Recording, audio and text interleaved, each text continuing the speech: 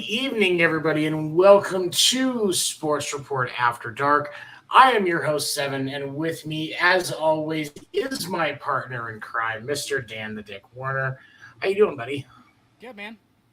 How are you? It's good to have you tonight. Doing good. I'm really excited because Sports Report After Dark is now sponsored by a good buddy of mine. Company is called Gunslinger Soaps. Gunslinger Soaps has handmade soaps and beauty products made without all the junk to pamper your skin. You can go to their website, gunslingersoap.com, and sign up to get 15% off of your first order. And always free shipping over $30. Again, that's gunslingersoap.com. I have actually been using Gunslinger myself since 2016. I do know the owner. I've gotten a chance to work with him because he's a very talented musician as well as a fantastic hero in the fact that he is a firefighter and does a lot of work in his community. It's a great company to support. Go to their website and definitely show them some love because it is a great thing to support and take care of your skin and, take care of yourself. Self-care is important, part of mental health. One of the things that we talk about a lot here at Sports Report After Dark, and pretty much everything I do, I make sure it's a part of. But man, interesting news. Very Tyler Durden of him to make soap. It kind of is in a way. And if you look at, he's in great shape, especially because I know he's in his 40s, but he's like one of those guys that's a firefighter that the ladies would call a member of the cute crew. Even though he's bald, he's still a good looking dude, very muscly and lean. He has definitely done a photo shoot in just the suspenders. Let's just say that. He would be on a firefighter calendar that you want to buy. He's all day March. He is March all day. Or maybe April. Just he's the April, prime time. He's the fold down part. The fold down part that goes full screen. Yeah. Absolutely. Yeah, he's the center fold. He makes soap ladies and amazing musician. And they do have a great line of stuff for women as well. I have one over here. Sorry, it's all the way over there. Great smelling stuff though. All natural ingredients. Great for your skin. During those Elvis concerts, in the 50s, they would have to. They'd have to clean the urine off of the floor after he was done because of all the teenage girls that pee themselves. That's that dude. That's that dude. He's an Elvis. Yeah. Regular everyday. This is one of the women's soaps. Oh, nice. And it's all of this stuff. Handmade obviously doesn't look perfect, but better for your skin. Much better for your skin. All of it. Goat's milk in it. It's goat's milk and the activated charcoal. I can't go wrong with goat's milk and activated charcoal. It's a weird combo for a soap, but it's great for your skin. When's the last time you looked at your soap bar and were like, I'm disappointed in the shape of my soap bar? Oh my God. For real. When was it looks too clean. It's too clean cut for a soap bar. I want one that's rough around the edges. I want more of a rugged soap bar. He's gonna see this video and laugh hysterically at us. But man, it's been an interesting day. Deshaun Watson, who, like all of us when watching a Disney movie, wants a happy ending. Unfortunately, the happy ending that he wants seems to be when he's getting a massage, not when he's watching a Disney movie.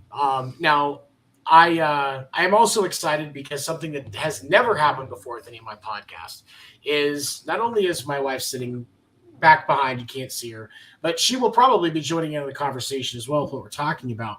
Because she is she's a former massage therapist. She no longer does massage because of her knees. She's a legitimate massage therapist. She went to school. She worked on, people. She's definitely therapeutic. Actually got to work on an NFL player at one point. She won't tell me who it is, but that's just because she protects the end. Oh, two. But because she's a professional, I don't know who they are. And none of her massages ended in happy endings. I don't even get happy ending massages, just so that we're clear. Which is bullshit. Seriously. That's bullshit. I did all of the work in the house, paid all the bills for 9 months, and I can't even get a happy ending massage. Wow. Just the mistreatment. Can we just discuss the mistreatment in this relationship first before we do anything? Bite me. Good. We're on the same page. Good. But I want to, one of the things that Ed Sheldon, thank you for joining us. We look at this 24th allegation that's come out today. Specifically, we'll talk about this first. And I want to go ahead and throw this up here Of course, because Dan and I are very animated and we don't always have nice, happy content talks here. Parental advisory, explicit content is advised. And of course, those of you that may be more sensitive and trigger warnings, we are going to be talking about sexual assault and aggressive and sexual violent allegations today. So please, tonight. So if this is not something that you can handle, listening to a conversation about, it's okay. You won't feel bad. There are plenty of other videos, most of which were inappropriate, but nothing that rapey, that we're talking about. And Sheldon, we're not going to mince words with any of this. So thank you, Sheldon. And for me, there's, we have this allegation came out. Specifically, we'll talk about this 24th allegation first. So it came out today. He's been sued by another woman claiming sexual assault during massage. And the specific allegations in this claim state that she was performing a massage and the towel came off. And that's what I've said. So of course I can't elaborate on whether it was intentional or not. I don't know. I wasn't there. I haven't seen anything that says anything either way. Just the allegation specifically says the towel came off. He had an erection. He started masturbating. He asked her to finish him off. She said no. He finished himself off and got ejaculate on her, both on her face and on her chest. Now, obviously, as we can tell, most of us, even when we're in a really excited state, it's very rarely that's going to be a very, very quick thing. There was arguably, even among the best guys, at least 10 to 20 seconds when he started masturbating to where he finished. But we're probably looking at a few minutes at least. And so there theoretically would have been time for her to just leave the room. And you get that question, why didn't she just leave the room? But he could have. My question started before even that. Right. And so okay. So honey, honey, let's start talking about this. So, as a massage therapist, and you hear these allegations, what are the questions that you ask about the situation first? First is, as a massage therapist, you can read the fucking room. Okay. It's how you do your job. Right. The second that he refused to use a sheet, she should have ended that massage. So my question is, why didn't she? Money or not, why didn't she? Second is, why is she not getting sued? Because she can lose her license for that shit. 100%. And that's the thing is a lot of states, and there are very few states that don't have regulations on massage, and you had Deshaun Watson's, and I don't think I told you about this, honey. So everybody's going to hear her live reaction on this. Deshaun Watson's attorney, who I think has the most porn star name of an attorney I've ever heard, and the fact that his name is Rusty Hardin, was on an interview at a Houston radio show last week. And said that happy endings on a massage are not technically illegal. No, that's fucking bullshit. Yeah. Okay, so let's even in the state of Kansas, where they are not required to license, it is illegal because it is a sexual act for money. It is prostitution. Yes. And so unless you're in an area where prostitution is not illegal, for example, Nevada, outside of the Las Vegas city limits, prostitution is illegal. Mm-hmm. So that's why you can go to places like the Bunny Ranch or the Alien Cat House and stuff like that and get a happy ending in whatever fashion you want because you could just fuck them. Right. Like, it doesn't have to just be a massage with a happy ending. Right. So when we look at this situation, Vegas might as well be a sovereign nation, by the way. I mean, let's be honest. Let's exclude Vegas from the. So when we look at these allegations, there's questions about the conduct on the massage therapist side. Mm-hmm. But the one of the first things that I see a lot of people throughout, I saw when there were the discussions on Twitter today, why didn't she just leave the room? Okay, and now, as anybody that comes across this, what you need to understand is I approach this not only as my wife in massage therapy, but I was a victim of sexual assault as a kid. And so I have mental health issues. I have complex PTSD. Because not only was I a victim of sexual assault as a kid, but I saved a woman. It was actually last month marked 5 years since I saved a woman from being sexually assaulted while it was happening. I was working security. It's one of the reasons why I now went from just having severe anxiety and bipolar 1 and ADHD to adding complex PTSD into the mix because it brought a whole bunch of shit up. So as anybody that hears me talk about this, please understand that I am looking at this situation as somebody who was a victim of sexual assault. But, when we talk about this woman, so the other stuff, like my wife brought up a question aside, you should always have a sheet.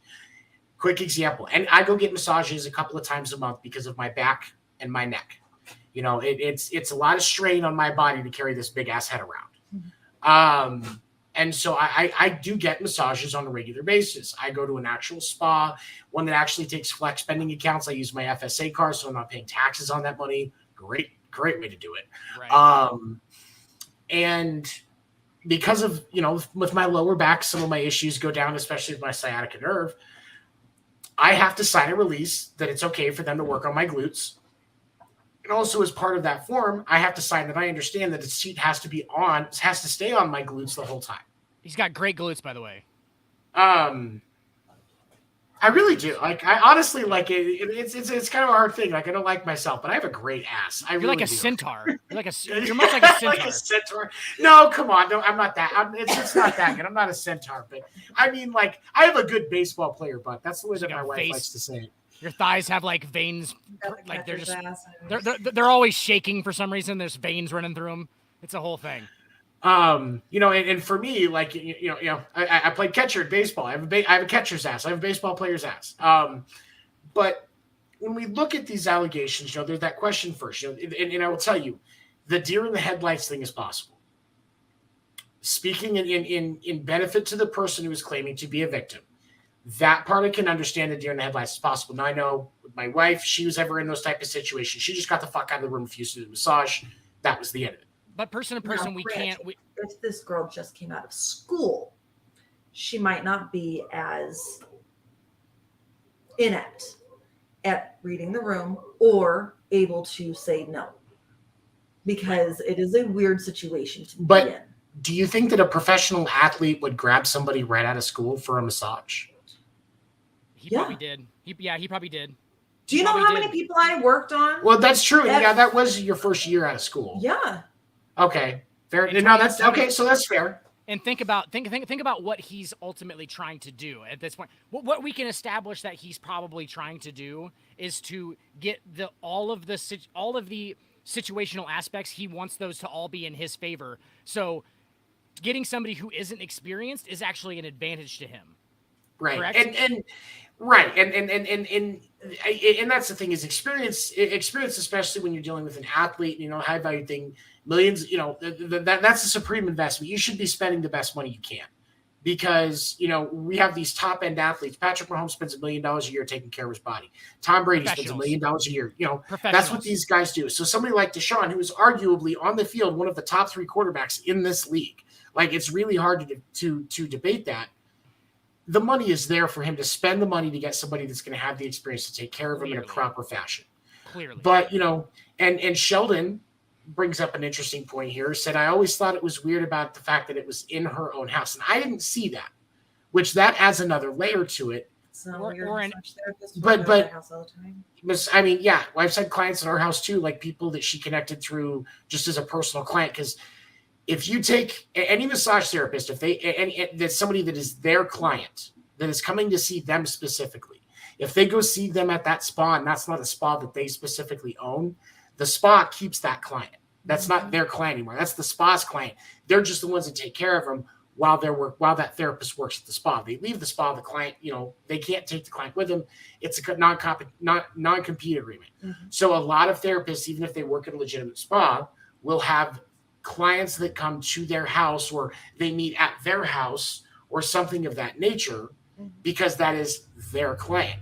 And so that it's easily possible that therapist could have just been like, this is a, NFL professional quarterback.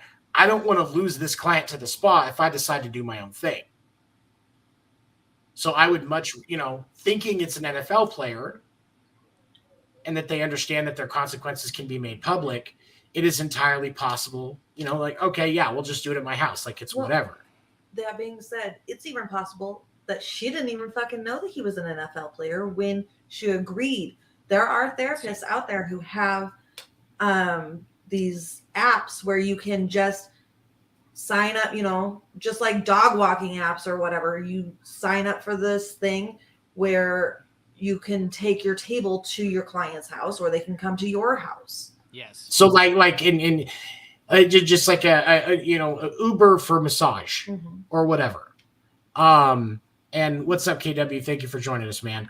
And so that's why there's a lot to this situation. And, there is the valid point. Do you really think if there was concrete evidence to show that something is up here and that he done something he wasn't supposed to and that it was sexual assault, that Houston would not have nailed him? A black guy in a red state? Right. Who's got money? Yeah. Who's got money? Yeah. Red states love to nail professional athletes. Yeah. And Texas on black guy? I mean, I'm sorry, but crowning achievement of any investigator's career would have been nailing Deshaun Watson for being a predator, correct? Yeah, I mean, the investigator that had said they had enough evidence for OJ, like they were set to look at things like presidential bids and stuff like that. Yeah. As an attorney, you make a big move like that, you do get political aspirations. The attorney that had been working for Stormy Daniels, there was talks of him making political bids.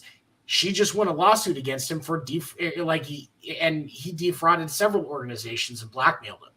Like, that's the for these attorneys and prosecutors, that's a crowning achievement.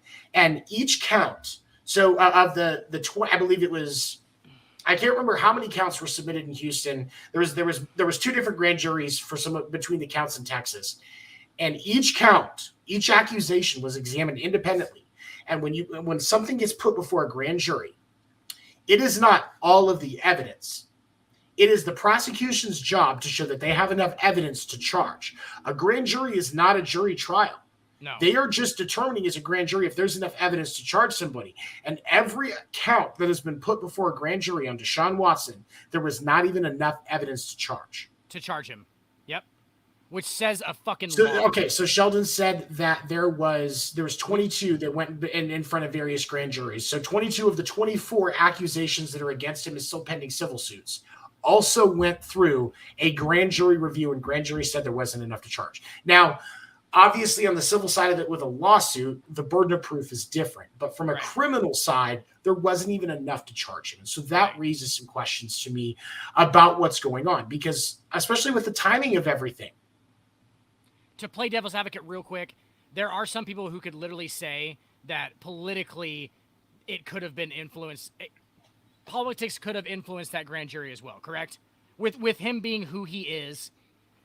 Just as I don't think it's a normal, like, I don't think it's the majority of the opinions, but I think that some people who would watch could be like, okay, well, maybe it's just because he's an NFL player, right? And also 22 allegations though. OJ, yeah, no, she can't, but I'll relay. But yes, the politics could have played on the other side because he's an NFL player. They didn't want to, I'm just throwing it out there as like people going like, oh, maybe he's an NFL player. You know what I'm saying? And I could see that, but 22 accusations. I don't think that. And none of them. And that's the thing, is the sheer volume of it is a question to me, because on the surface of it, you look at this person that has 24 different civil suits pending for sexual assault accusations. 24. There's rarely more than one, right? And I would assume normal people with more than one probably, that's, if they actually were doing it, it's definitely going to get charged that way. They're going to charge them. And we've talked about it multiple times, Tony, about the grand juries. That's such a huge thing. And that's the thing is it's not even where the defense attorney gets to present a little bit of evidence about why the accusation isn't substantiated. It's literally the prosecutor saying, this is the evidence that we have that says that he did what we're accusing him of. Right. And then you look at, Sheldon said that he doesn't, I don't think that Houston had a part in some of these coming out. They can't even figure out free agency. And it's no question that the Houston Texans organization is a shit show. And we've said for a long time that the Browns organization is a shit show. And if you look at how this is being handled and the fact that they did absolutely no research on any of the allegations, you see that clearly the Browns organization is a shit show as well. And how they handled this whole thing. So really quick, I'm actually wearing the Indians. Here, Baker Mayfield Indians jersey. Love it. That I got incorrectly. Yeah, it was a fuck up. It was a. I still never got the one that I was supposed to get, but you know what? Hey, I've got this, so it's fine. It's a Nike one. I like it. It's good. It's actually really light and comfortable. It's a little smaller than I would have ordered for myself, but plus you can play slow. You can play slow pitch softball in it.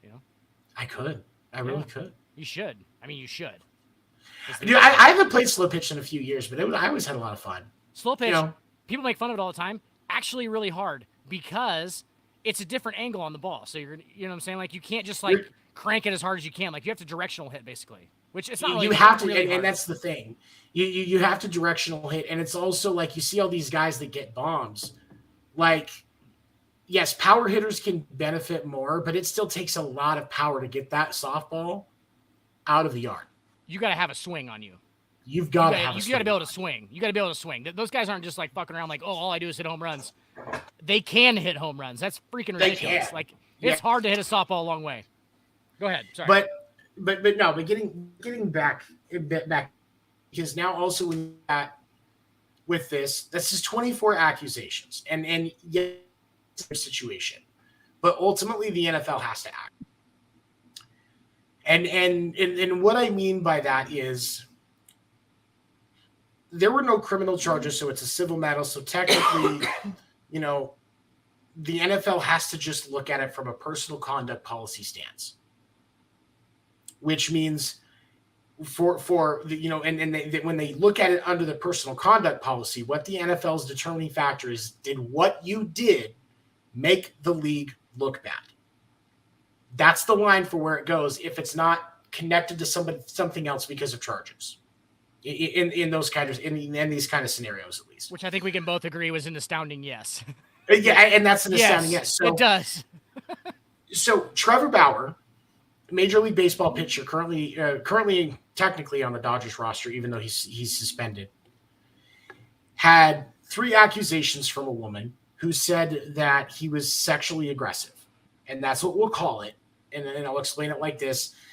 Choked her out to the point where she had convulsions, hit her hard. And this was all during what was, according to Trevor, consensual, essentially kinky sex, where and there are allegedly some text messages. I've read the text messages that where she was asking to get, fucked dirty. She did not know what she was getting herself into, probably, but that's not really a point for something illegal. Does that make sense? Like, I don't think that because I think he was kind of trying to. They were clearly both. I think it was definitely consensual for one, but I don't know if she knew what she was getting herself into. And I think that, but here's the thing, and yes, obviously, I think that's where the line comes into. She didn't expect the feeling. She wanted to be choked. A lot of guys have been with girls that like to be choked. Like there's, I don't think there's very normal. There's it is, it is a fairly common kink to like to be choked. And I'm not going to, but maybe the issue comes, but most of us that are with a girl that like that, you understand, you learn early on in the process where to grab, how long, what to hold, what to look for to know maybe it's time to stop. On the outside. Right. Not on the trachea. No. Gotta get on the outside. And you can maybe even get one of those blood vessels because that kind of helps it, makes it more interesting. Yes. But you're not going to the extent that these allegations against Trevor Bauer claim. Tony, now Trevor Bauer, you're choking them in the way that you don't want to kill them. Like if you're going to choke somebody to kill them, is a way different way that you're going to choke somebody sexually. Right. Yeah. It's That's a very yeah. Right. There's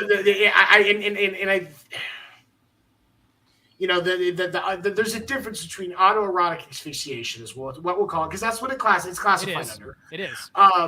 Versus, choking somebody out to the point where they have convulsions, hitting somebody too hard. And I think that, girls, there are girls that like to be slapped, hit, spanked, but it's not about the power that you behind it. It's just about, the light. It's a harder touch, but it's still a light touch. It's still a playful. Not playful's the wrong word. I think it's more still of like it's not. It doesn't cross the line into being actually where. If you cross the line into it being an actual act where they actually feel scared, then it's probably a little bit too. You know what I'm saying? Like, and that is a very gray area. There's a lot of gray area. But here's the thing. Like, I'll even say it like this. I have been with a woman in the past that liked getting slapped sometimes.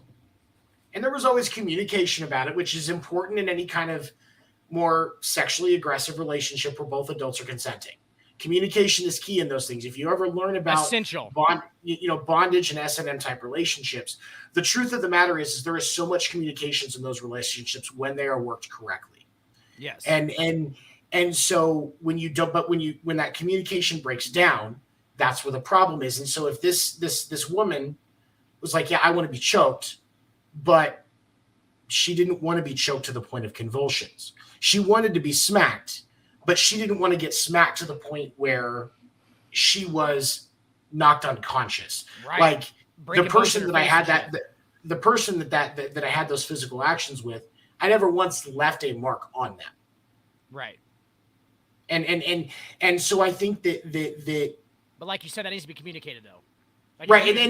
But yeah, hit you hard enough to break some bones, then I guess I'll do that, but like you better be pretty fucking close to the person. So Sheldon, to answer your question, Trevor Bauer is in the process of appealing his suspension, but the initial suspension that was handed out by Major League Baseball was 2 years. 2 years. And he has already sat out for basically at this point a full season. Sheldon, if you read these text messages, this was a clear thing before they went into this. This was a clear thing. Like, they are clearly talking about having violent sex. They're absolutely. Clearly talking about it. He actually, I say the line all the time as a joke, and I shouldn't even be telling people this. But like, do you even know what pain is? Was one of the lines in that Trevor Bauer actually says in a text message to the other woman. And like, but they're talking in the middle of that about having violent sexual actions done to them or being done. Before this happens. But when, he wasn't charged with anything because so much of what this looks like is that it was a consensual act. There wasn't even enough to charge him. Major League Baseball still suspended him for 2 full seasons. And for me, the thing of it is, and it's because the allegations made the league look bad, and so it fell under the personal conduct and domestic violence policy.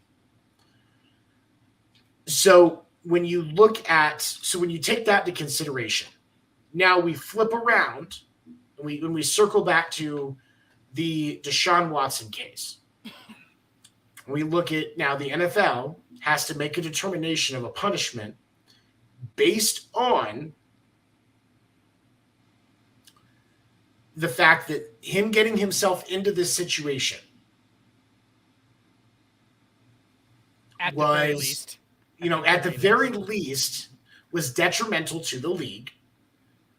Where do you put the suspension at? Because I don't think with 24 allegations you can justify it as just half a season or even just a full season. If we're playing so if we're going to play this game where Trevor Bauer gets 2 years for what he did, if you look at all the evidence, which I have extensively. I've looked at that a lot too. On the Trevor Bauer thing, if we're going to gauge this off the Trevor Bauer thing, and that's all I'm saying, if we gauge this off of what Trevor Bauer did, and Trevor Bauer got 2 years, Deshaun Watson is banned from the NFL for the rest of his life. He does not play in the NFL again. There is no association with the NFL again, period. That's how different I think these two things are. If Trevor Bauer gets 2 years for that, Deshaun Watson is gone forever. He's forever gone. And Trevor Bauer getting 2 years, Deshaun Watson has to be banned from the league. For life. He's done. There's no more NFL. If we're going to judge it by that. Do I think that should happen? If 4 or 5 of these is true, yeah, I think that should happen. Do I think it's gonna happen? No, absolutely not. He's not going to get 2 years. They're never going to give Deshaun Watson 2 years out of the NFL. He just got paid $230 million. If you think the politics and everything are going to round up to where Deshaun Watson gets more than like 8 games, not going to happen. He won't even get for a whole year. And here's the thing. Like, and I think that when after Trevor Bauer goes through his appeal, he'll be suspended through the rest of the season, and he'll be able to come back next year. He won't play for the Dodgers because the Dodgers offered him no support. And I don't know that he'll get to play at another team because, yes, I do think his career is ruined. But the official league suspension, I think, will wrap up as of the end of the year.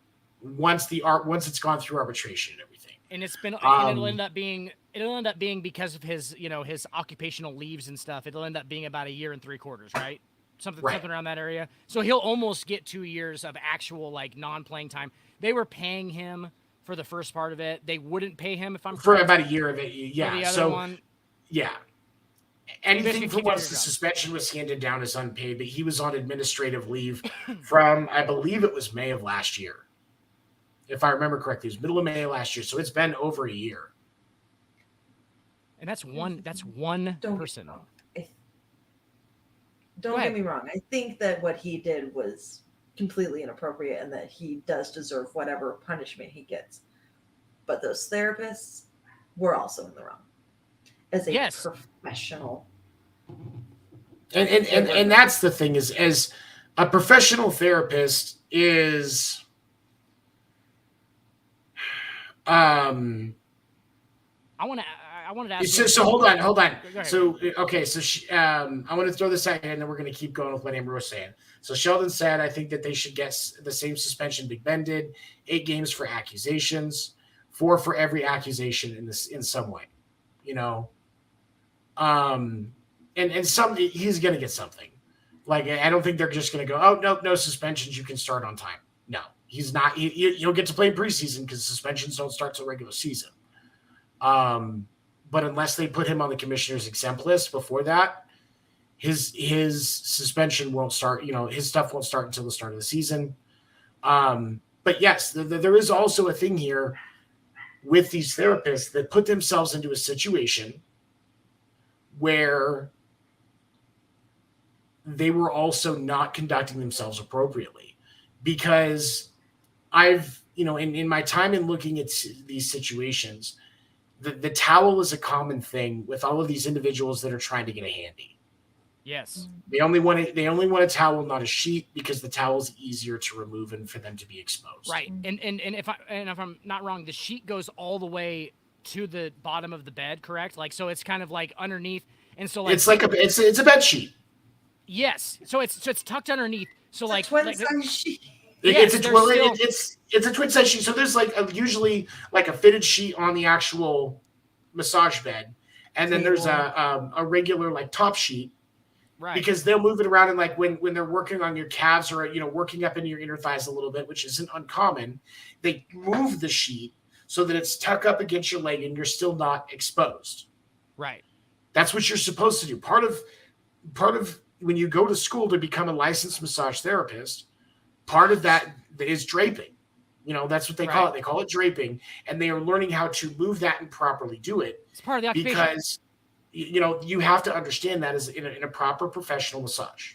Right.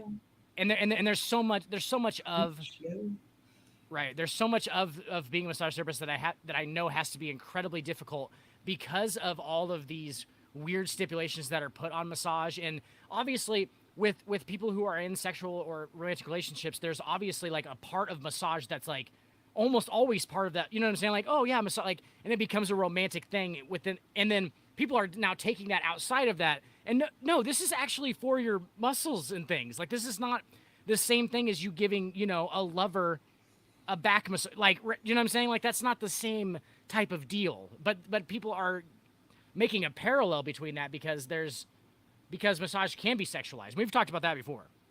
Right. Yeah. And it can be. And Sheldon said that most of them didn't have licenses too. Now, I can't comment on that because I haven't seen that. But if that's true, and I will clarify what I'm about to say, if that's true, that most of these, and I'm not saying Sheldon's a liar, I'm just saying I can't confirm it, so I'm not going to say whether it is or not.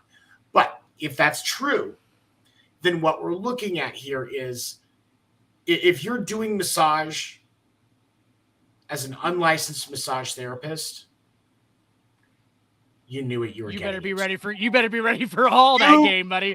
You better be ready for all that game. Yes, you better be ready for all that Reach! game because, yep, you better be ready for all that game. Because when you go into this kind of a scenario, like for me personally, like if I need a massage, I'm like, you know what, I don't want to have to go to a spa, so I go on to an app or a website to find somebody that will come to me. Okay, I don't want to be looking somebody up and they're not licensed. No, because there's so many things about massage that you should absolutely be trained to do. It's deeper than just rubbing your shoulders or rubbing your back. Like there's so many deep things when it comes to massage and how you can hurt somebody if you haven't been trained properly to do massage. You know, Tony, can we also just point out also on the same subject you're talking about, if you see unlicensed, what does that immediately bring up in your head? Honestly, what does that immediately bring up? Like unlicensed, if you're not, that person is not licensed. What would a normal person immediately think that there's at least a little bit of, do you know what I'm saying? Like not immediately think, but like would be a hindrance there, especially for people who are looking for a certain thing, right? Mm-hmm. Am I wrong? Like what would be the immediate like, that maybe I can get a happy ending out of this, or maybe like, do you know what I'm saying? Like that might be sort of the thing too, is like, basically get licensed because not only is it ways that you can actually do a proper massage, it's also ways that you can protect yourself from things about what we're talking about happening. Correct? Right, because if you're doing this with, when somebody looks at, because getting a massage, like a lot of massage therapists, like most massage therapists, unless they're just greedy and trying to get that extra money, they don't want to put their license on the line to give somebody a handy for an extra couple $100. Yes. Because here's the deal. Massage therapists make decent money when you think about it, because if you pay $90, which, it's about the going rate, we'll call it an average, $90 for an hour massage. Whew. I would love to make $90 an hour. Right. Yes. So like, yeah, so they're not jeopardizing their professional, like what they do for a living, so that you can get jerked off. Like it's so stupid. Right. Like and Sheldon brings up a good point with this case, and that's what's so difficult about it.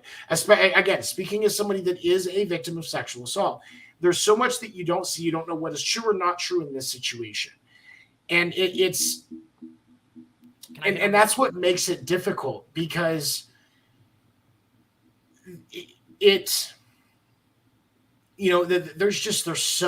there's so much. And I will say, where there's smoke, there's fire. And 24 accusations is smoke. That's a lot of smoke. That's a lot of smoke. That's a lot of smoke. But that doesn't mean that some of that smoke didn't come from somebody throwing jet fuel onto a fire. Yes, 100%. That's what I was just going to say. Like, if you don't think some of that smoke is from the fact that this dude is a fire, you know what I'm saying? Like, that's like some of that is coming from the fact that he's already like, there's, and that's what makes this difficult, is I think that there's stuff on both sides of this. Do I think that some of these girls are just trying to make extra money after they did a handy J, signed a DNA, or an NDR, and now this is all out in the open? It's like, what's he gonna do? They're in a position of trying to be able to make a power grab and get some extra money out of what was probably one or two hand jobs, or having sex with up to sex with somebody one or two times, right. Which seems to be where most of these accusations come from. So, but at the same time, we can't drop everything. No. With this, because if even one, if it's, let's say 24 accusations, everything gets dug into, one of them was real, the other 23 were people trying to grab money. Still, that dude still sexually assaulted one person. He's still a rapist. He should still be in jail. He should never be allowed to play in the NFL again. And the reation why I say never is because the NFL as a product is nationally seen, worldwide seen. The NFL has gained the ability to show games in international markets now, and are going to start playing more games in international markets now. I could say in 10 years, every team will have one game a year that's in an international market that's played over either in Europe or in Mexico City. Yep. So I think that's coming. You can't have somebody with this kind of a reputation being a face and here's the thing. Of your league. And part of this is going to come from the fact with how dominant his talent is on the field. His on-the-field talent, how dominant that has been when he was playing. I guess we'll clarify with that. Because in a lot of there are a lot of people that will put his on-the-field talent at around third best quarterback in the league. Oh, that's pretty remarkable. That's I think I would still put him in the top 5. I don't know that I would go third. I would say top 8 or so. But yes, but that's still that's obviously elite talent. We'll just stop at that. He's elite talent. He's an elite talent. Somebody that's going to be in a lot of coverage if he's on the field. I have a lesser opinion of him as a player than most people do, and I had that before any of this shit happened. I honestly didn't think he was that great before, but that's not neither here nor there. Go ahead. Right. But with this, you have to look at the league can't afford to have somebody like this on the field. This isn't the 90s or the early 2000s with Big Ben, or the 80s or whatever, where they just, the league could tell these networks, just don't talk about it. I've said this on our show before, Tony. Let's not forget, every time Ben Roethlisberger's name ever gets mentioned in any kind of like Ben Roethlisberger greatness, I literally say, let's not forget that dude is a rapist. Like, he is, like, dude, if you look at that stuff, that dude, he raped women. There's not, like, and that's the thing. Go look at it. He raped women. And you're exactly right. In the Ben Roethlisberger cases are weird. I don't think he should have been allowed to play the game again. Now, I think, there are other cases like Kobe's case where there's a little bit more to that, and I can start having a discussion. That's got more of like what this has, where you're not. It is the two people, and we don't know whether it was like. Right, but it's in Kobe's with the fact that it's two, and it is clear from some of that evidence that those girls just didn't realize that he was called the Black Mamba, not just because of what he has on the court. For a motherfucking reason. For a motherfucking reason. For a reason. It wasn't that they named him after a snake. They named a snake after his snake. They named a snake let's after call a that snake. what it is. Rest in peace, Kobe. They named a snake after a snake. They did, and and his career spiraled out of control, and we can, but yeah, Ben Roethlisberger shouldn't have been able to play again. I'm sorry. No, let's not forget. But the league had, but the league could benefit from being able to tell ABC, CBS, Fox, and ESPN, if you want our games, shut the fuck up about it. We want him on the field because he's good for the Pittsburgh market. He's good for the NFL, and they had to. Or he was good for their brand because he put good product on the field. And he was a lead face in the brand of the NFL at that point. But now, with social media, you and I, like, we're not going to get up in the morning and get a call from Roger Goodell. Why did you spend so much time talking about Deshaun Watson last night? Like, we want you talking about other things in the NFL. Well, I talked to Roger on the regular, but yeah. I mean, I know that you texted him. You guys have played golf once in a while. Every once in a while, when Roger's in town, we go out. I call him Raj, but that's but yeah, when Roger's in town, we go out and sometimes, and he is a shit golfer, by the way. Shit golfer. No, but yeah, not gonna no. But I mean, and this is also, I mean, we were talking about the MLB lockout. This is why the league had such a hard time getting the players to sign a deal. They actually had to make some change, and they did, as we would end up seeing in that agreement, because the players had a voice that the public listened to as well. And the public overwhelmingly supported the players because they realized what was going on because the players had been so vocal and found out that Major League Baseball had been finessing the players for 100 fucking years. You think? But now, when we look at where, when we look at what the situation the NFL is in, the NFL doesn't have a choice. They have to respond because they can't just make this go away. And I know realistically, the NFL is still probably going to justify it through an 8-game suspension and say, yeah, it made us look bad, but he wasn't charged, so this is really all we can do. It's an all-you-can-do kind of thing. But I think that it should. I think that it should at least be a full season. Amber, I agree with you. Yeah, 8 games. Yeah. Whether or not we agree with you and whether or not it's going to happen are two completely different things. Like, Tony is completely right. It's not going to be any more than a season. If he gets a season, it'll be like a huge thing. Like that's a huge thing. Trevor Bauer, because Trevor Bauer is not at the same level of elite as Deshaun Watson is, and he just got kind of fucking, he wasn't as good. Like it's like we're just gonna be like, fuck it. It's who cares? No Trevor Bauer. I think Trevor Bauer is more of like, Josh Gordon. They just kept throwing that at Josh Gordon without hesitating because he wasn't a big name in the NFL, so they didn't have to stop and hesitate. Like, come on, man, just help us out, meet us halfway. No. Yes. They didn't give a fuck about Josh Gordon, so it's just, you're gone for the season because you smoked some weed. Oh, you're gone for the season because you smoked some weed. Calvin Ridley. Most people don't care about Calvin Ridley.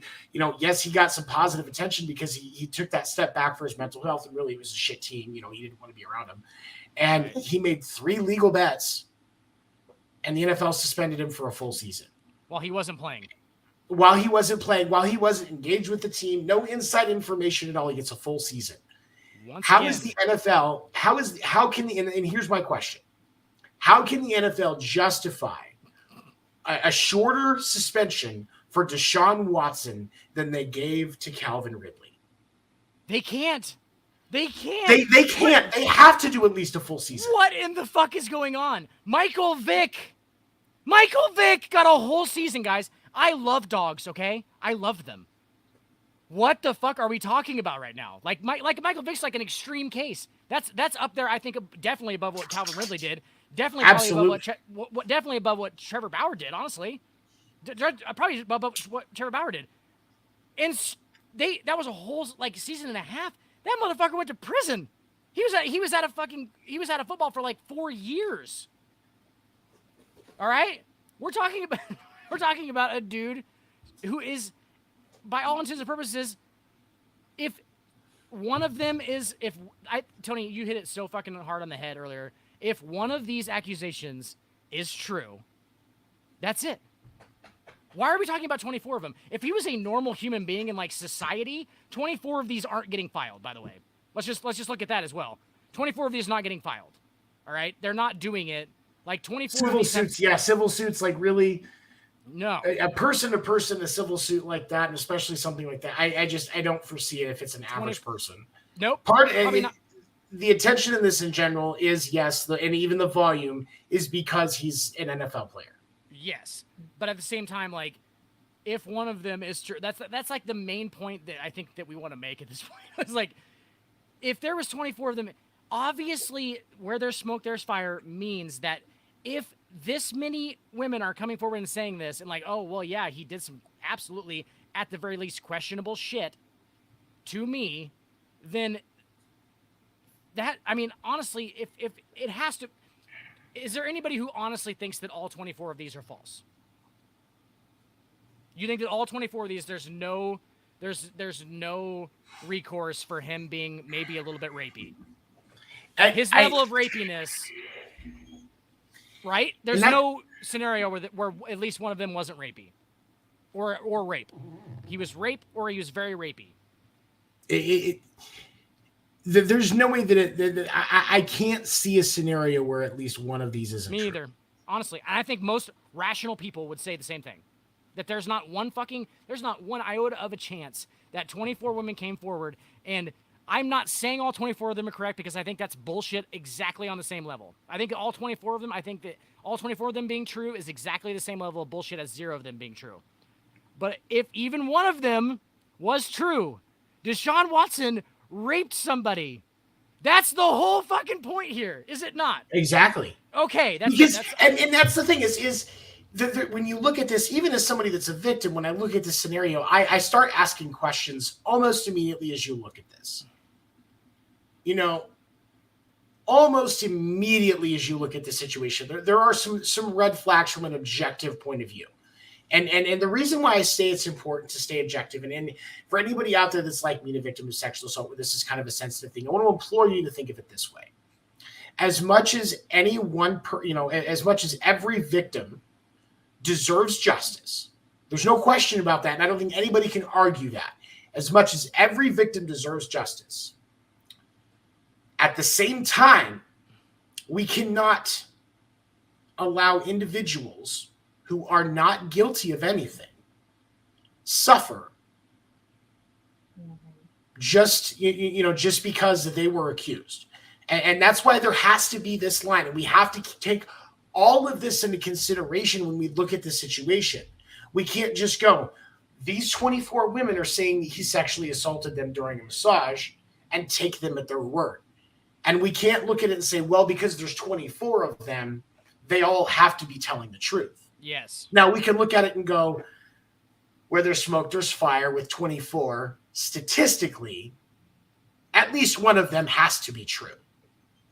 Doesn't happen. And that's the thing, because if you're doing something so incorrectly that 24 different women over 2 years say that can have at least somewhat of a legal argument with merit to stay in a legal process for now what has been over a year.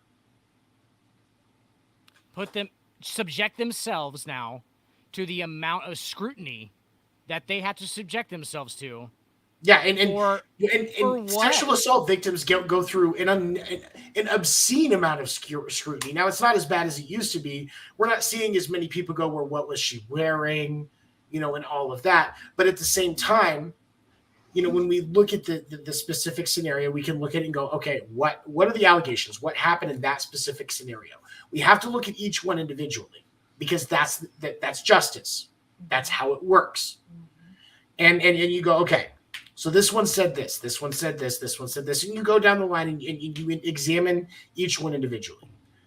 But you also have to be willing, in an objective point of view, to look at the situation where these are coming out. You're telling me that over 2 years, one black guy in Houston sexually assaulted 24 women and nobody ever called the cops.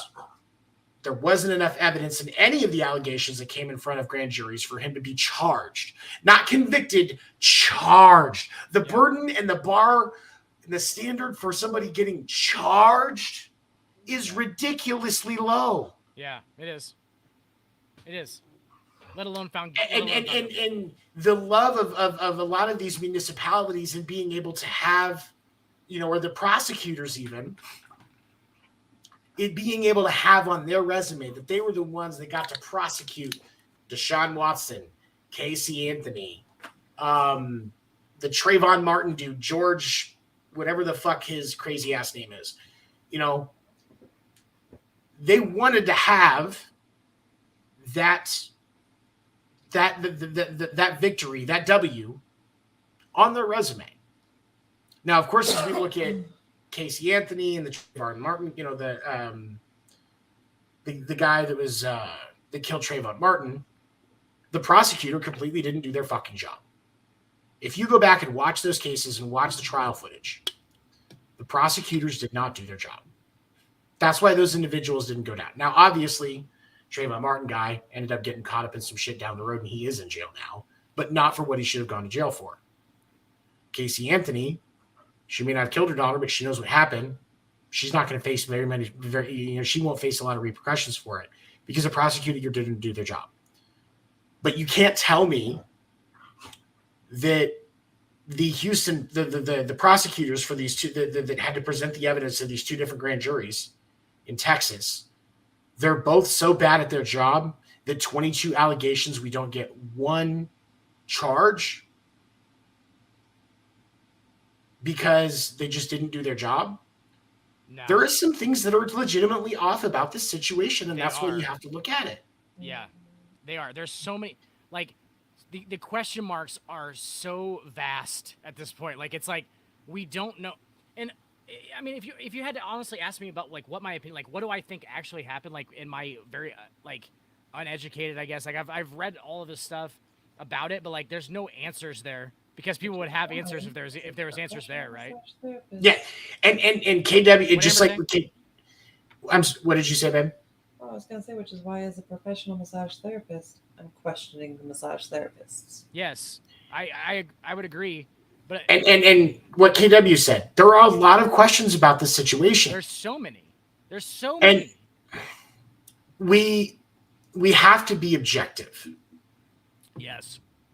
We have to be objective. It goes back to, when we were talking about the situation that happened a few weeks ago with Tim Anderson and Josh Donaldson, where Josh Donaldson called Tim Anderson Jackie. And with that, we're like, wait a minute. That's kind of, and then we go, oh, wait. Tim Anderson compared himself to called himself a modern day Jackie Robinson. And Donaldson had been making fun of him for that for like years at this point. And like, to his face. And it's like, and even Stephen A. on that one, and not to be inappropriately critical of Stephen A., but I even have friends that are people of color that have said that Stephen A. gets a little too sensitive about some shit sometimes when it comes to racial issues. Stephen A. was great about that. But Stephen A. was great about that because he said, when you look at this situation, you have to be objective. Because, yes, on the surface, that clickbaity headline, a white baseball player called a black baseball player Jackie? Yeah, that's fucked up. That's really fucked up. And if that was it, yeah, Josh Donaldson should have gotten a lot more of a punishment than just the 1-game suspension that he did. But it became clear once information was made to light regarding the situation and everything came out that, yeah, Josh Donaldson was basically being an asshole and giving him shit because because Tim Anderson compared himself to Jackie Robinson, calling himself a modern day Jackie Robinson, when in reality, he has not had to face anywhere near the hell that Jackie Robinson did as the first black baseball player. Tim Anderson, yes, he is trying to get young black athletes involved in the game. And I think that's amazing. I think it's important. He has a great charity that he does in Chicago where he's trying to get inner city youth interested in baseball. And kids in sports stay off the streets. I think that's fantastic, and I support Tim Anderson for doing that. But Tim Anderson's life is not as in danger as Jackie Robinson's was. People are putting out death threats on Tim Anderson's wife because Tim is trying to get young black athletes off the streets and into baseball. Right. So Josh Donaldson was making fun of him for comparing himself. And yes, Josh Donaldson was out of line for the frequency and all of that, and the fact that he kept it going. And yeah, read the room. Timing on that wasn't that great because of the other stuff that was going on with the slide that some called dirty and stuff like that. But you have to be objective. Even Stephen A. said you have to be objective and look at everything with the situation. And I don't, and we have to, as difficult as it may be. And I will even, hey Dan, can you go into your volume and turn your mic up a little bit? Somebody said your volume's a little lower. Oh, mine yeah, you can bring it up a little bit. But why? We have to be objective because you can't. Check. It is. Don't tell me what my mic volume should be, computer. Is this better? I don't know. There we go. No, that's a lot better. But we have to, as difficult as it may be, especially for something that we're passionate about, like a racial issue, sexual assault. That's something that's very personal to me. Sexual assault allegations coming from massage therapists on a professional athlete. That's personal as fuck to me. Right. But you have to stay objective because justice doesn't get thrown out the window because it's something we care so much about. Justice still has to prevail. We have to do what's right for every person, and every person deserves that. Doesn't matter the race, gender, and even, yes, the volume of accusations. Each accusation has to be examined individually. We can't say because of the volume of accusations, 24, That alone does not mean he's guilty of all of them. Right. Do I think it's a signal that something is up? Yes. But that doesn't mean we have to immediately throw him under the bus for all 24, because that is not justice. No, absolutely not. I don't think, honestly, I don't think that Deshaun Watson. That's why I question the therapists. Mm-hmm. Yeah, no, and I think that's completely fair to do. I think it's fair to do, and I think that it's fair to think that all of them were not naive enough to believe that this was going to be a professional massage. I don't think that's the case either. I think that like most of them probably knew, and like, has this become an issue of now that there's so many of them and this is such a big deal? Has it become that he's a much worse predator type guy than he probably really is? Yes. I think that honestly, I think that's what it is. Like, you know what I'm saying? I think the dude likes to get jerked off by people who he thinks are giving him a massage. Or like, but my only problem comes, and we've talked about this extensively, is where he springs consent on them to give him sexual acts, right? That's where my problem comes in at. And like, if he's doing that, that shows me a lot about his character as a person, and then makes me establish that he might be a fucking creep, right? Right. He might be a fucking criminal. Let's break this down a little bit. We did talk about springing consent, because I think that, there are a lot of people that might not understand that the impact that this can really have. You ever watch How I Met Your Mother? I've seen it. I'm not a huge fan, but yeah. Okay. So there's an episode that they had in How I Met Your Mother. You may not have seen it, where they were discussing a move called the Naked Man. Okay. And Amber's laughing because her and I have watched that show all the way through a couple of times. Like it's one of our shows that we binge. I actually thought it was decent. I thought it was like a good show when I watched it. I just like didn't ever like put in the effort to watch it. I guess I didn't. It's good to binge through Hulu. Just kind of good to have some mindless stuff on, especially the earlier seasons. I don't like the last season, but that's just because they did a fucking horrible job ending it. But they got MPH too, so I'm in already. I mean, who doesn't love MPH? Right. But one of the episodes, one of the guys that Robin dated, this was one of the times where she was split up. She wasn't with Barney, she wasn't with Barney, or she wasn't with Ted. One of the guys that Robin dated pulled what he called the Naked Man. Don't think the date's going that well. Not sure it's going to end. Not sure it's going to end it very much. They excuse themselves to the bathroom, strip down, present yourself butt ass naked. Sometimes it works to get laid. Sometimes it doesn't. Okay. In its simplest form, that is aggressive, and that is an example of springing consent on someone. Okay. And spoken as somebody like, especially me, because I have anxiety, I have bipolar 1. One of the common traits, if you look at the clinical discussion around bipolar 1, one of the things that's common is that they will get themselves into sexual situations that a normal person would not. The way that my doctor said it a couple of times is I've talked about my bipolar with him, my primary health doctor, is he said that, when they look at on the clinical side of it, somebody with bipolar will cheat not because of any other reason. It's Tuesday, something spur of the moment happened and they got caught up in it and it happened. Okay. Right. And, some of the time that could be somebody spring consent on them and they just went with it because of the heat of the moment. I can tell you that happened to me. And so I'll see that from experience. And again, the incident that I'm referencing that happened to me, I chose to participate. I shouldn't have. I should have walked away, but that's my fault.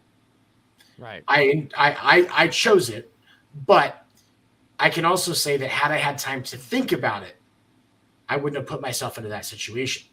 Exactly. And consent, I think the biggest line that we're looking at is like, not consent can be sprung on somebody, but whether or not you're forcing them to consent, I think is where it becomes an actual act of crime. Does that make sense? Like, so if you're actually like forcing somebody, like if it becomes an actual thing where you're like, yes, you're going to do this. Like, and I think that there are some things there, and of course, like, and things that can make the difficult decision. Like if any of these massage therapists had known going into the situation that he is a professional football player, there can be that perceived position of power. And so when you have somebody that's in a perceived perceived position of power spring consent on somebody, that's where you can get that deer in the headlights look, or that I felt like I had to thing. Absolutely. Because they didn't feel like they could say no. Absolutely. And we can definitely, yeah. And so that's where the difficulty with this situation arises. It's so how much intricate. of it was that? It's so intricate. There's so much gray area in all of this. So much gray area. Like, dude, think about even like the interpersonal relationship between Deshaun Watson and each individual woman. Okay. Right. Maybe he actually liked, like I'm saying, like maybe they were friends. You know what I'm saying? Like maybe he had them, because I know that he had several of them did multiple massages, right? So yeah, like maybe he actually, maybe he had a personal relationship with them. Maybe they thought that he was kind of like wanting to date them, and then your power position thing really starts to come into account then, right? Because now you have, now you have like, you think you're in a relationship with this man. I actually read something about how one of the women actually thought that they were they were kind of in a relationship, like they were kind of like seeing each other, is what I would have called it. Does that make sense? Right. Yeah, so they're like kind of seeing each other and like not exclusive, but like going on dates and stuff like that. Exactly, and like she had kind of considered these dates as to be like, because he was making it out to be like that, correct? So at the very least, Deshaun Watson has done some shady shit personally. Let's just say that's the absolute least of the situation. As he's done some pretty shady shit personally, but that doesn't make him a fucking rapist criminal. It doesn't. No. It doesn't. I've done some shady shit personally. In and of itself, it does not. It makes, there's some things that are questionable, and you start to slip into maybe some ethical violations before you get, some moral or some ethical violations before you get to full-on legal stuff. Right. So we'll say that's kind of where all of this lives, is in kind of that gray area. Right. With moral and ethical violations versus something that was an outright crime. Right. And I don't know if Deshaun went to that level. Do you? Like, do you think he went to the level and that's of, the thing is I think it's possible. I haven't ruled it out. No, me either. But at the same time, you also have to ask yourself, how many of them are real? Because I think it's possible that, like I said, based on all of the information statistically, I still say if you really want to be interested in learning more about some of the psychology things behind sexual assault and predators and victims and stuff like that, Law and Order SVU and Criminal Minds have a lot of real references in those shows that talk about those things that can actually be very educational. You can learn and you can have fun. Right, like South Park called it investigative murder porn. Yes, it is. Essentially, yeah. But the thing of it is when you look at the psychology behind all of this, and that's really where I dive into it. And psychology's always been a fascinating thing to me. I just don't have the discipline to go to college for it. Hand to God, I'm not gonna be tested on it, but I'm interested. I read a lot of shit. Like I even go into and read like papers on scientific studies and stuff like that. Like, it's so interesting, dude. The human brain is such an ocean of fucking absolute madness. It is like our condition. And the common person doesn't even, and even I know that I don't even truly understand this, but the common person does not really understand how much we don't know about the brain and the human mind.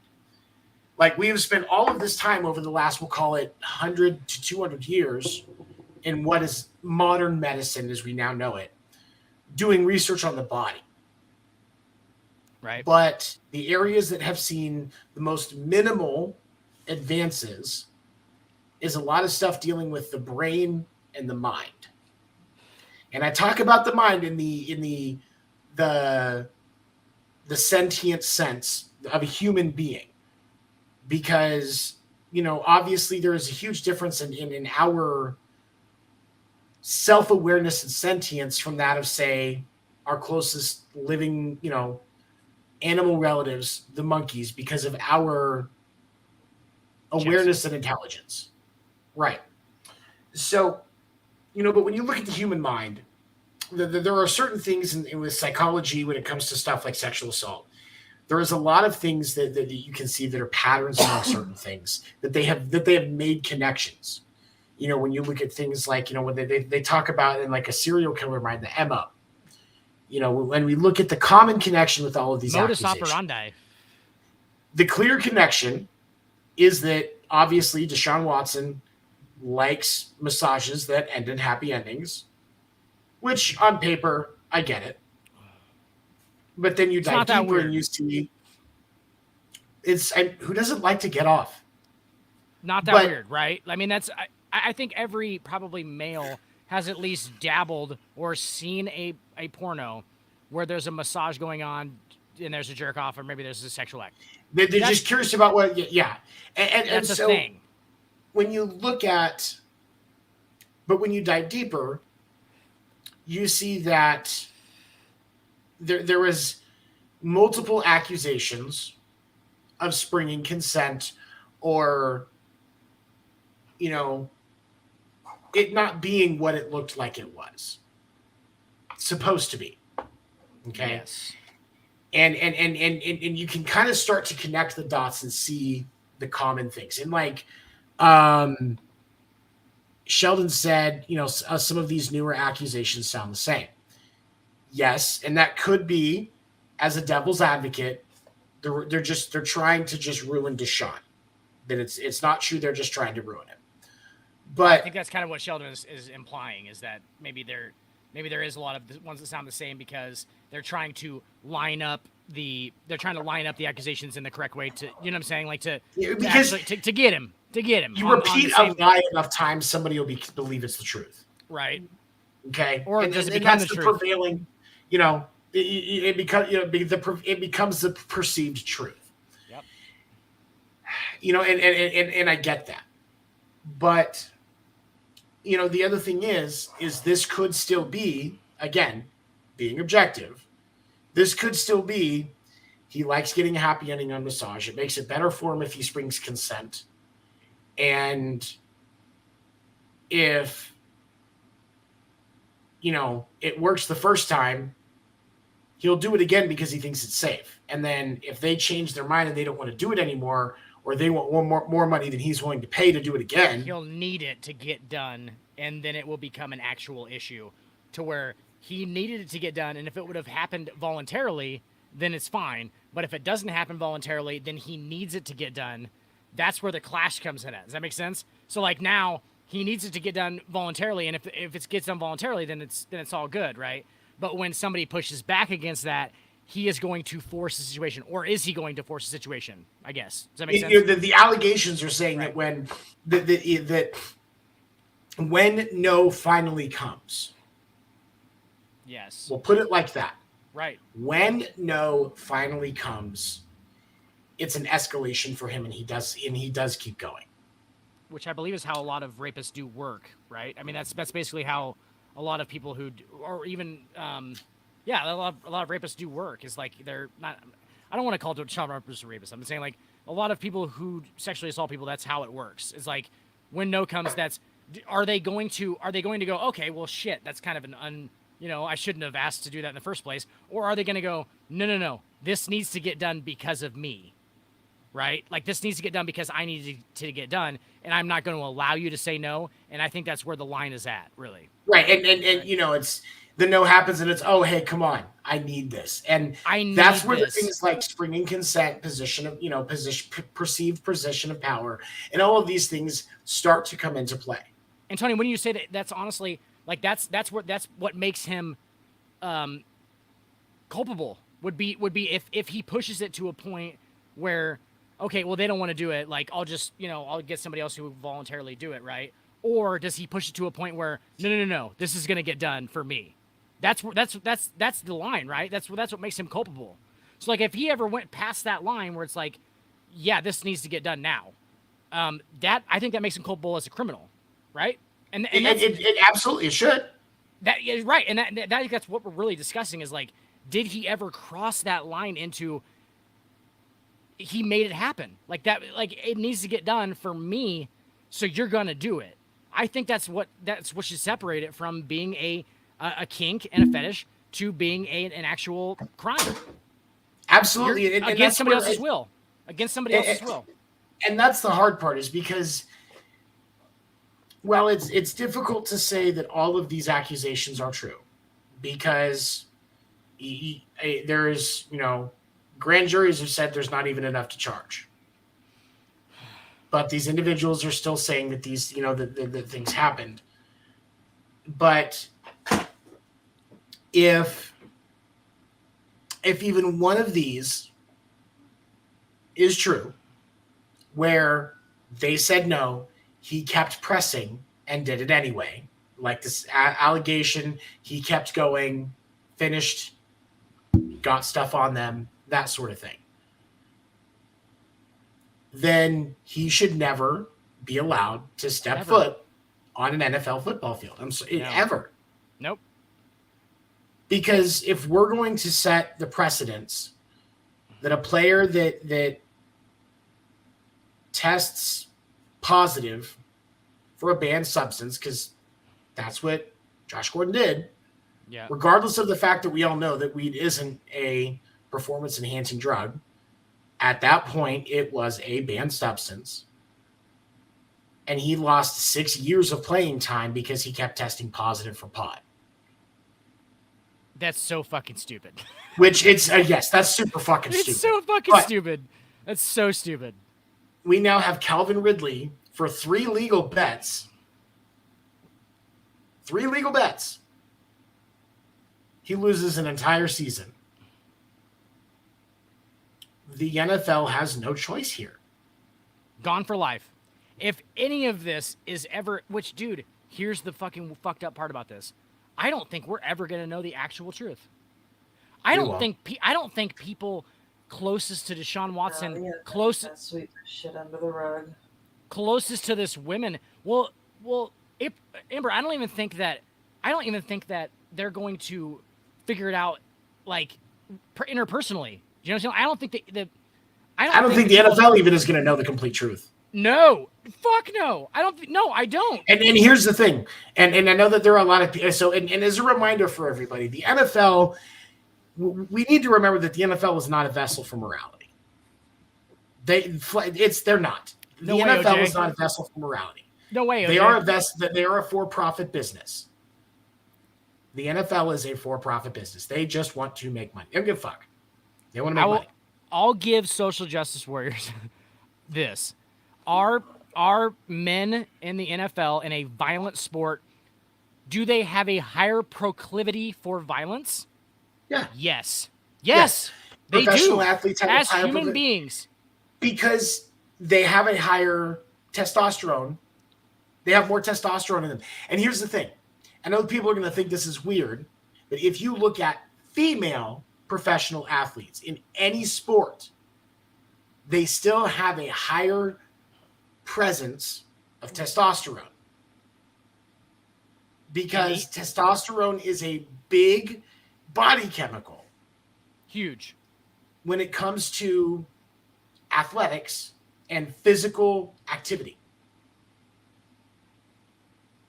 Even psychologically, Tony, like you were talking about, psychologically, think about them from a very young age on a team where you're literally telling people, high school football, dude, if you count the amount of times you hear the word dominate somebody in a high school locker room. Dominate. Tonight we need to dominate. We need to enforce our will over another human being.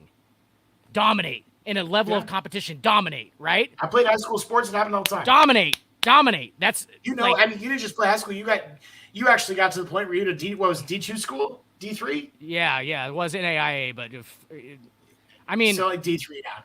At that level of competition, it's just it's like, but they're told that their whole lives, and these professional athletes are at the highest level of that. So they bought in. Peak they bought into this human condition.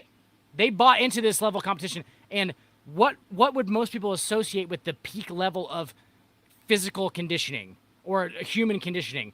Power, strength, their ability to force their will over what? Another human being that they're playing against, an opposition, right? Or another human being. Is that making sense? Like that's what this psychological thing is about with these athletes.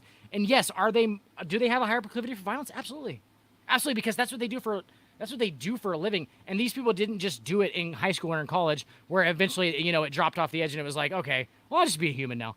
No, they actually have to do that on a daily basis. They have to enforce their will over another human being, and that can leak over into your personal life.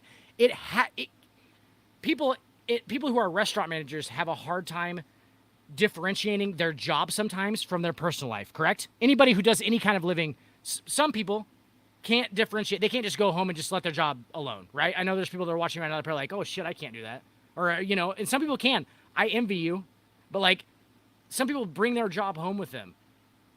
This job literally dictates that you enforce your physical will over another human being, and to think that these guys and these women do not bring that home to their personal life is ridiculous. They absolutely do. They absolutely do. And so it's just there's so much gray area here. It's unbelievable. And all we're doing is basically just discussing the gray area and making it more confusing. We're just like, yes, well, good. This goes even deeper. Look at this gray area. It's look so at all gray. Oh, much gray. Very gray. grayness. There's some gray over here. Tone. There's some gray here, and then there's some gray over here. But all of the gray is kind of gray. It's very gray, and then there's more gray.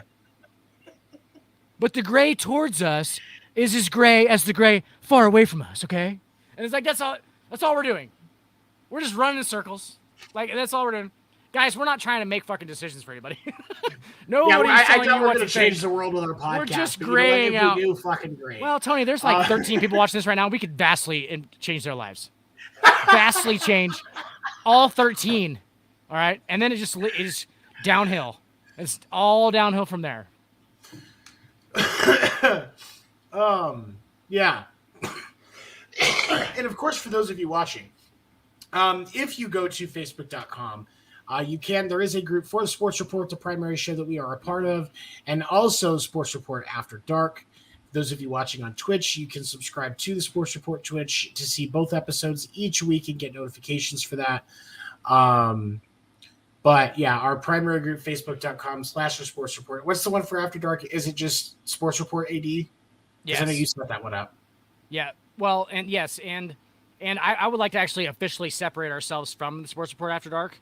I think that we're a completely unique show, and I think we should have our own. We should separate. I think we should be autonomous. I think we should be autonomous from the Sports Report.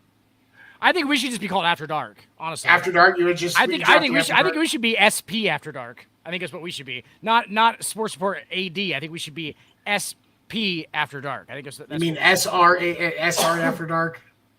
Oh, SR to SP. Whatever the fuck. Whatever. Yes. Yes. You went to school in Nebraska, so I won't hold it against you. Well, yeah, I did. Yeah, I can't even believe. I honestly can't believe I graduated high school. I slept through my last 3 years. Just slept. I don't even know what the fuck. I honestly don't even know what classes I took. They probably were surprised that you showed up there because in Nebraska, most people were like, "What do you need a high school diploma for?" High school diplomas. Get down to highfalutin city stuff. Hey, better be cutting this grain. Get down here and cut this grain. We ain't talking about geometry. Tony, we ain't doing no geometry out here. We cutting this grain. You know how to shift a tractor? You know how to shift a tractor? All right. Well, man, this has been a great show tonight. I think this is probably one of our better shows. Yeah. But for thank those you, of Amber. you that stuck along, Is Amber still there? Yes, Amber. She is still sitting here. Amber, thank you for throwing in your insight on this. It's very interesting. Because I think having an actual massage therapist that I know that I can trust that the responses are actually legitimate is nice to have. And you have that resource all the time. So you're telling me that you have that resource all the time, and you haven't figured out any more than I have. That is unfucking believable, Tony. Yeah, that is unfucking. That's how questionable this whole situation is because it is. Even with the experience that I have in watching is like Amber and I, like we've even developed a business plan for a spa that we hope to start one day to help people help people with like trauma and PTSD and stuff like that. And also training service dogs for people that need legitimate ESAs. It's amazing. Can you also incorporate psilocybin into that plan? I mean, can you do all that stuff, but you just, if you want to, you can take mushrooms before you do it. Like that's like, you can be on shrooms the whole time you're there, or you cannot. But like some people are on shrooms the whole time. And thank you, Sheldon. I appreciate. Sheldon. Please share and subscribe. We would love to hear more feedback from anybody. But that's what one of the things and that's what's hard about this situation. And I think that's why there's so many people that just don't understand. Like, you can't just look at the surface of the situation and make a decision. Just like with the Trevor Bauer thing, just like with the Josh Donaldson Anderson thing, you have to, with all of these situations, as you look at all the stuff from the Me Too movement, there were some legitimate problems that got brought out as a result of the Me Too movement. Harvey Weinstein getting taken down was fantastic. Obviously, he was a sick, disgusting individual that took advantage of so many people. But on the counter to that, we also look at guys whose careers were basically ended by the Me Too movement when it wasn't exactly as we thought it was. Right. Does everybody engage in questionable behavior? Yeah. Yes. Right. Does that questionable behavior then become a crime because a bunch of people who actually committed crimes, or does it, or is this a lot of questionable behavior that should be handled on an interpersonal basis? I honestly have no idea. Tony, I don't think we're saying that we have any idea. I'm just, we're right, and I think that you have to look at every situation objectively, because it shows truly what the situation is. Like, when we look at Kevin Spacey, okay, if somebody was like, Kevin Spacey fucked a dude, nobody would be surprised. Not just one. Watching everything that Kevin Spacey's done. Duh. Like you can watch American Beauty, see how comfortable he was in making out with Kevin Spacey liked men. Kevin Spacey liked men. It's like, he was so believable as being a gay guy to the dude's dad. He was so believable as being a gay man to the dude's dad in that movie that you can tell that Kevin Spacey probably Chris Cooper. Chris Cooper. I couldn't remember his name. That scene at the end is so good, dude. That movie won the Academy Award for oh my god, I love that movie. I fucking love it. And if you want to see another great Chris Cooper flick, the movie Remember Me, stars Robert Pattinson. It's Chris Cooper, Robert Pattinson, and Pierce Brosnan is also in that movie. Oh yeah. That movie, oh god. Borderline masterpiece. Absolutely. American Beauty is a masterpiece of a film. Absolutely, yeah.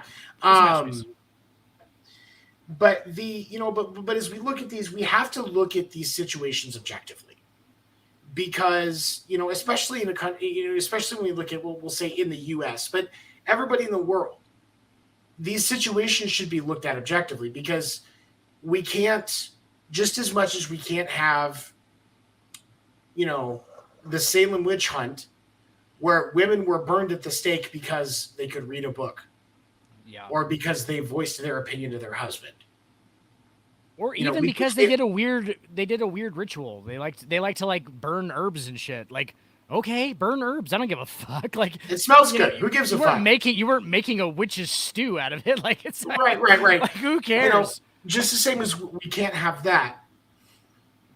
On the counter, we can't just because somebody is accused of something, we can't immediately burn them at the stake.